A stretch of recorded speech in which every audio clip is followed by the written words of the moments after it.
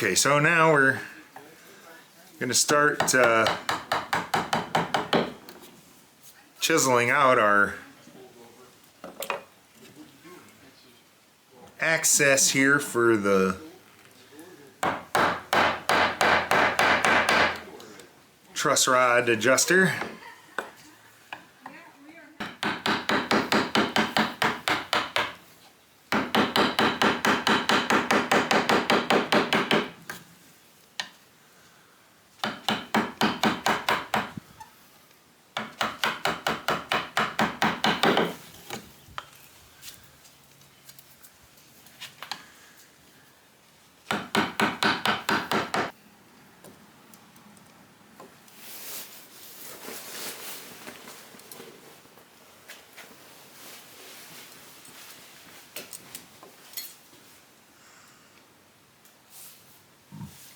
Okay.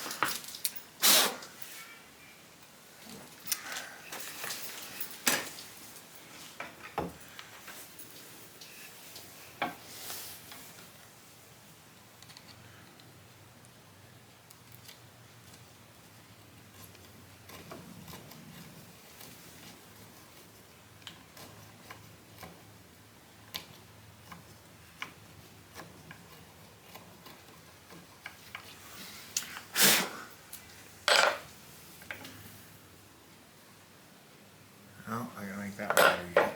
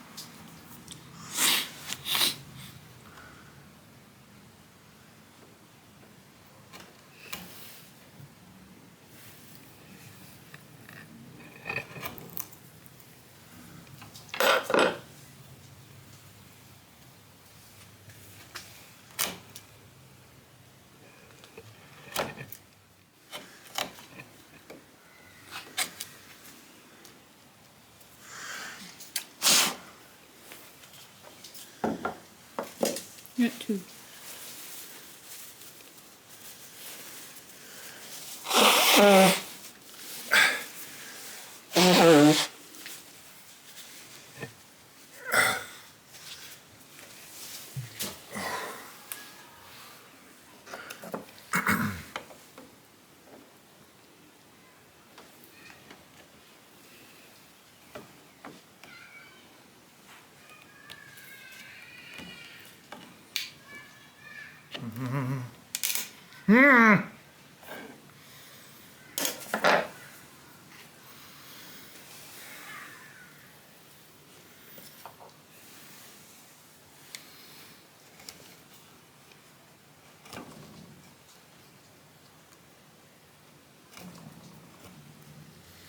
I don't know.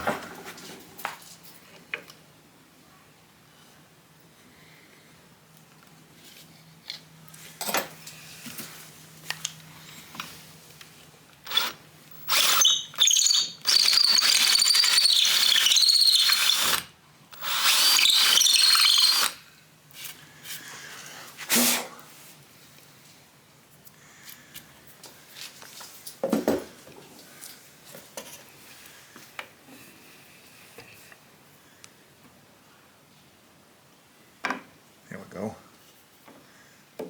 There we go. Yay! Woo! It did make a little cracky noise, but it didn't break, so I'm gonna call that a win. All right, now we got to do the carbon fiber stiffening rods.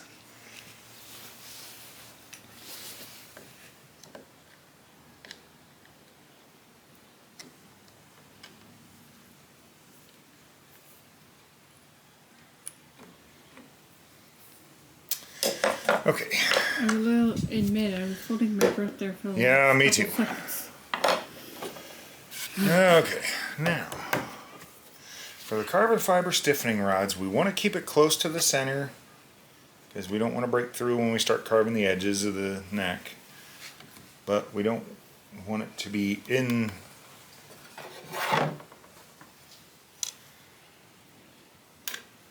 the truss rod cavity either. So I'm thinking maybe about like that.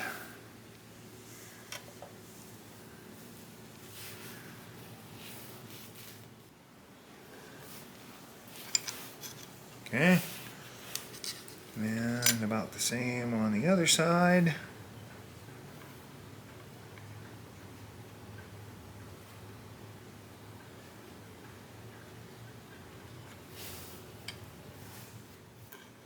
Do you need me to help?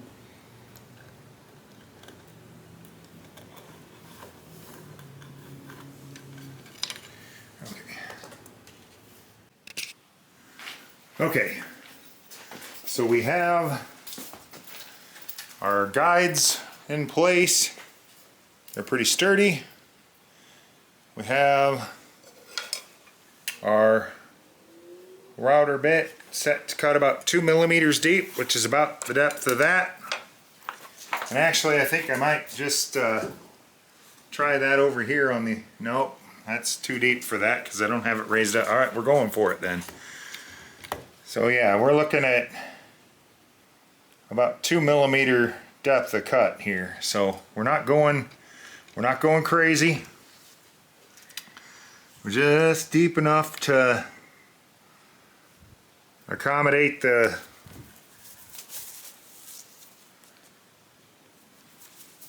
carbon fiber stiffening rods.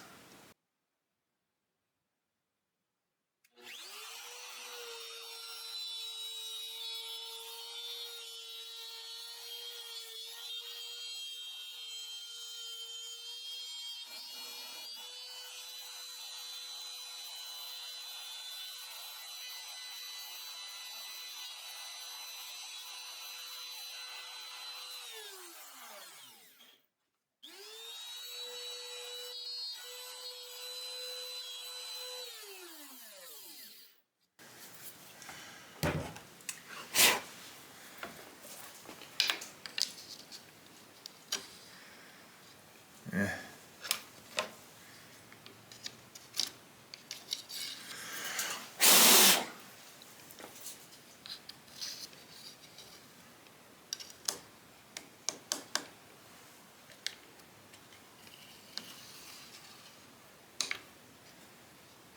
Looks good.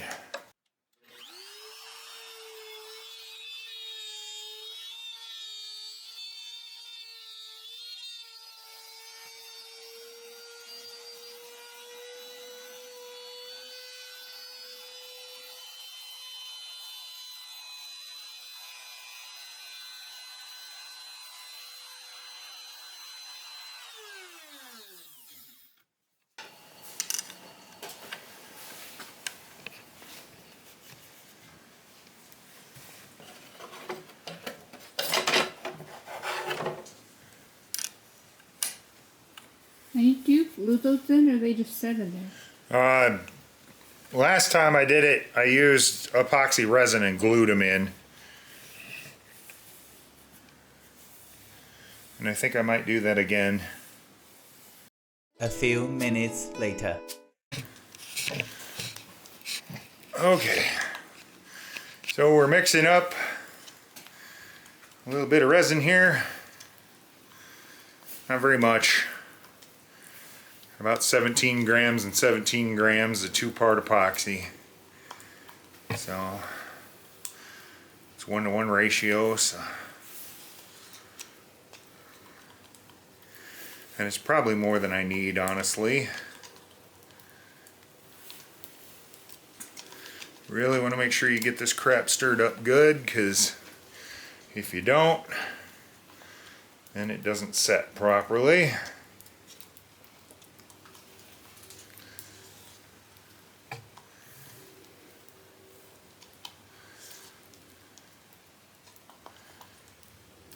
Okay. Very bubbly, but that's okay because I'm not trying to make it pretty clear.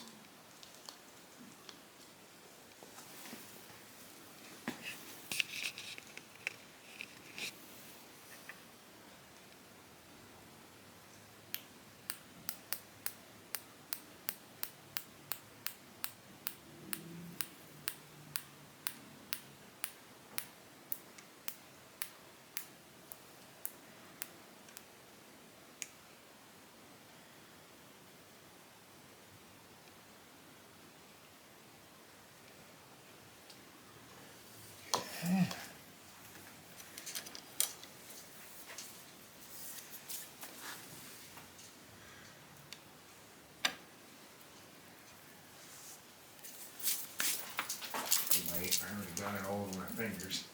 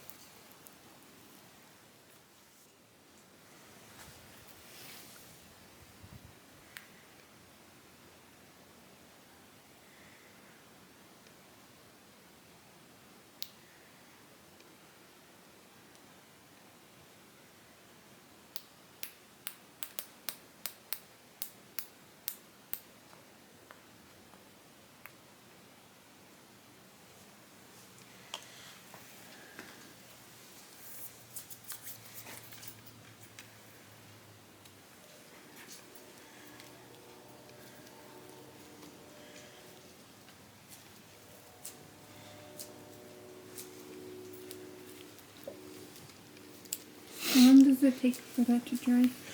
Oh, it's going to take a while. Several hours. Because it's colder? Or just because that's just how long it takes? Because it's slow curing epoxy and it takes time. Alright, now in order to clamp this and yet not glue whatever the hell I'm going to clamp down to it, okay.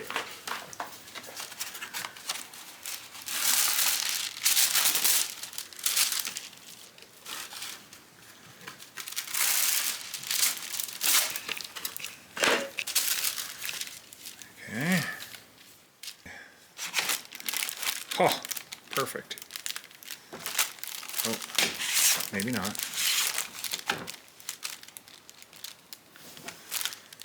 No scoots. There we go. Next,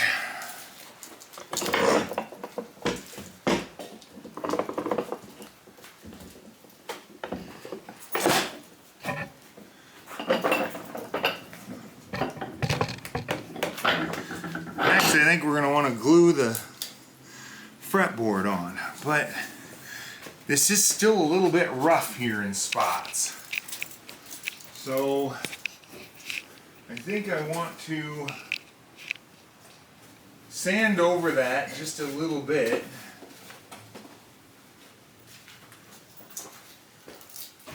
Not a ton, just a bit.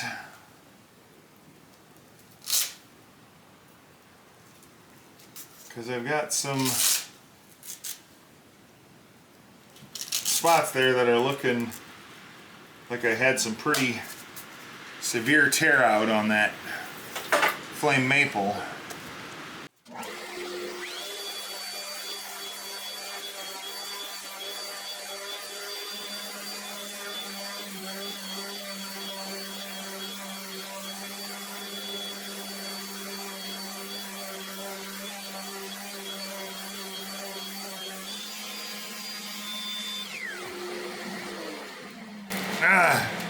Having COVID flashbacks. Anyway.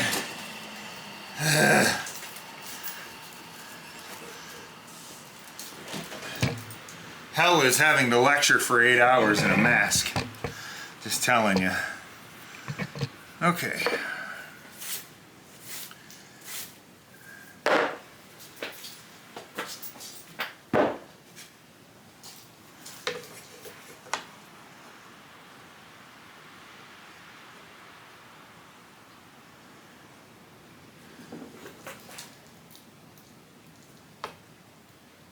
Yeah, no gaps there anymore. Okay, now, I don't really need all the lines back, but I'd really like to have the center line back before I glue it.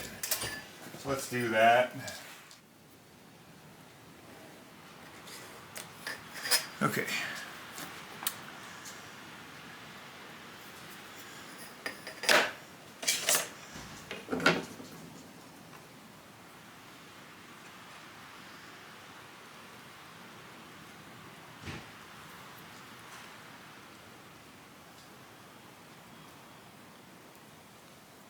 Okay.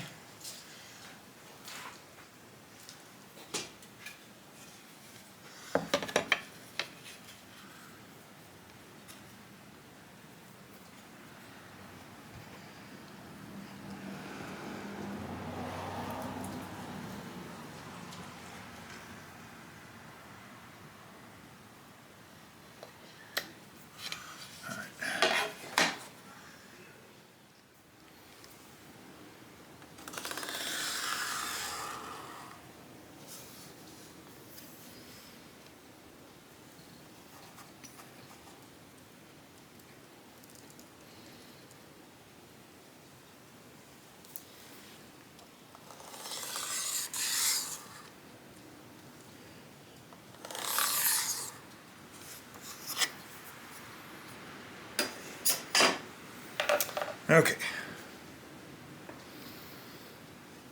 So if I put one right there, and then I put one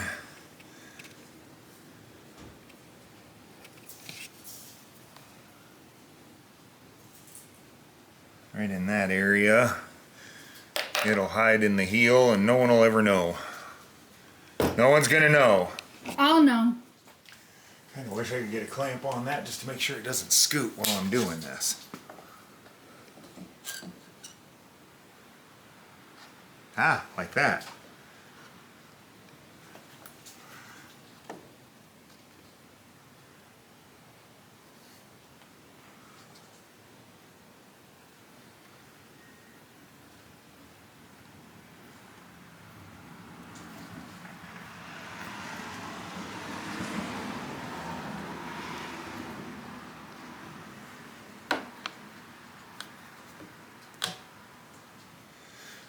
And I put the clamp right where I gotta drill the hole. Dumbass. Okay.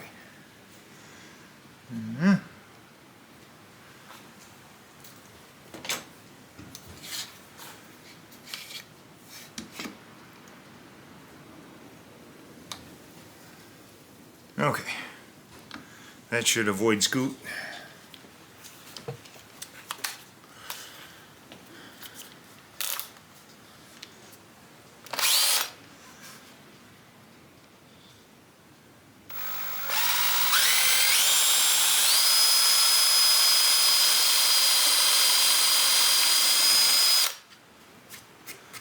Okay.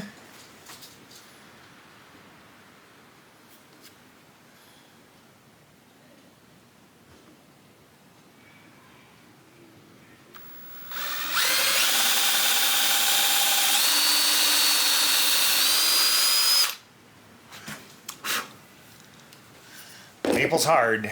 A little smoky. Smoky, smoky. It smells pretty though. Now some wood, poplar for instance, just frickin' stinks.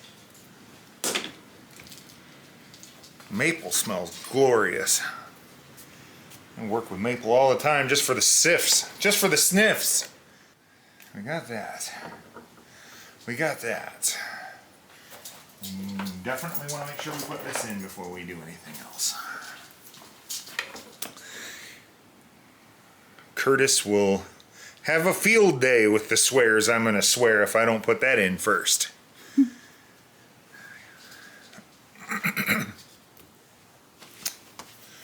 Okay.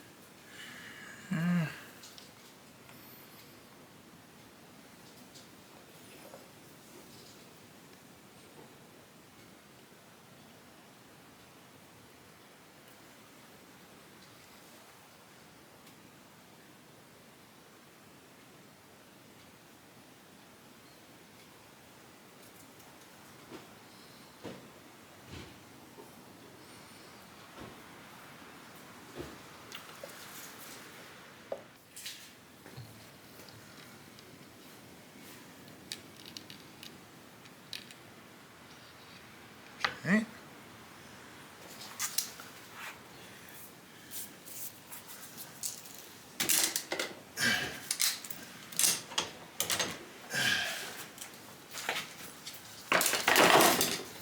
Okay, so first things first, make sure we got it lined up down here. Oh, I don't want it straight.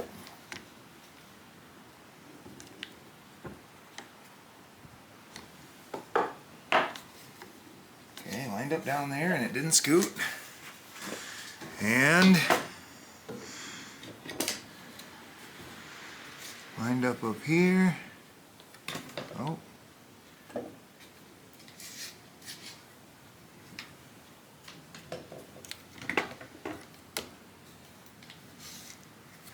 Lined up there. Okay.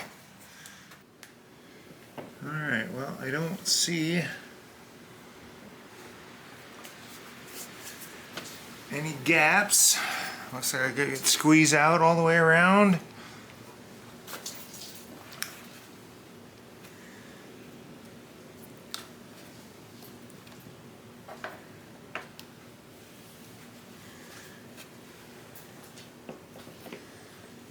Alright,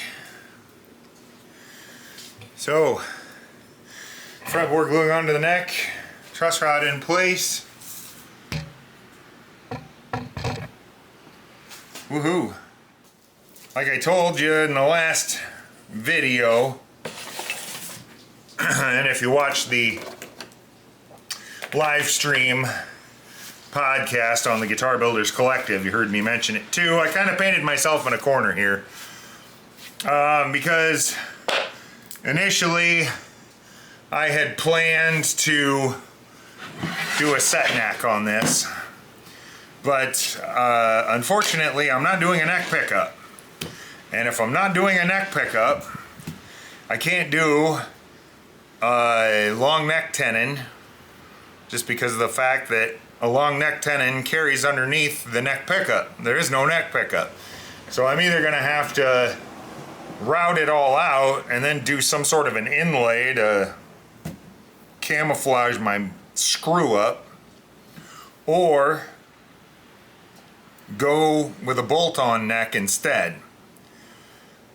And I'll be honest with you, at this point, I think I'd much rather go with a bolt-on neck rather than try to figure out a way to do some sort of goofy inlay to camouflage it. But I just thought of something. this might be a problem. So if it's a 24th fret, it's 68.88. Now I'm not 100% sure where the 24th fret's gonna land, but we're gonna guess it's somewhere right in around here. If it's 68.88, that's almost 35 on either side.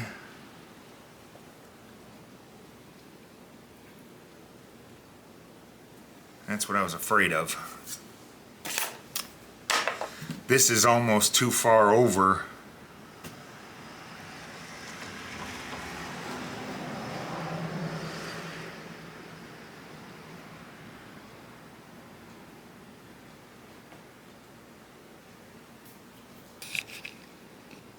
Which means when I put that neck in, it's gonna overlap here. It's not gonna fully sit in the pocket. It's gonna have a overhang. If it's gonna be bolt-on, why does that matter? It just adds a new feature. No, it's not a feature. It's gonna look like crap. Now, I have seen where guys do a thing. Some companies, when they do this, they will have a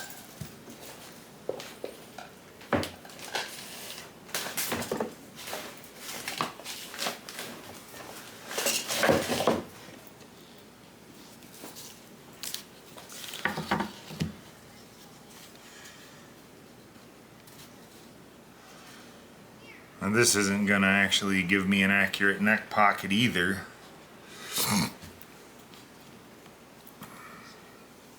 But if we figure this is where a neck pocket would normally be, roughly,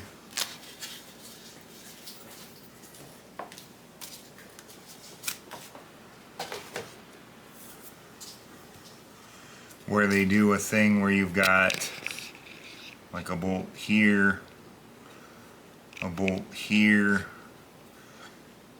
and a bolt here, or a bolt there, a bolt there, and a bolt there, and a bolt there, and then carve blend that edge up a little bit. I've seen them do that on some bases.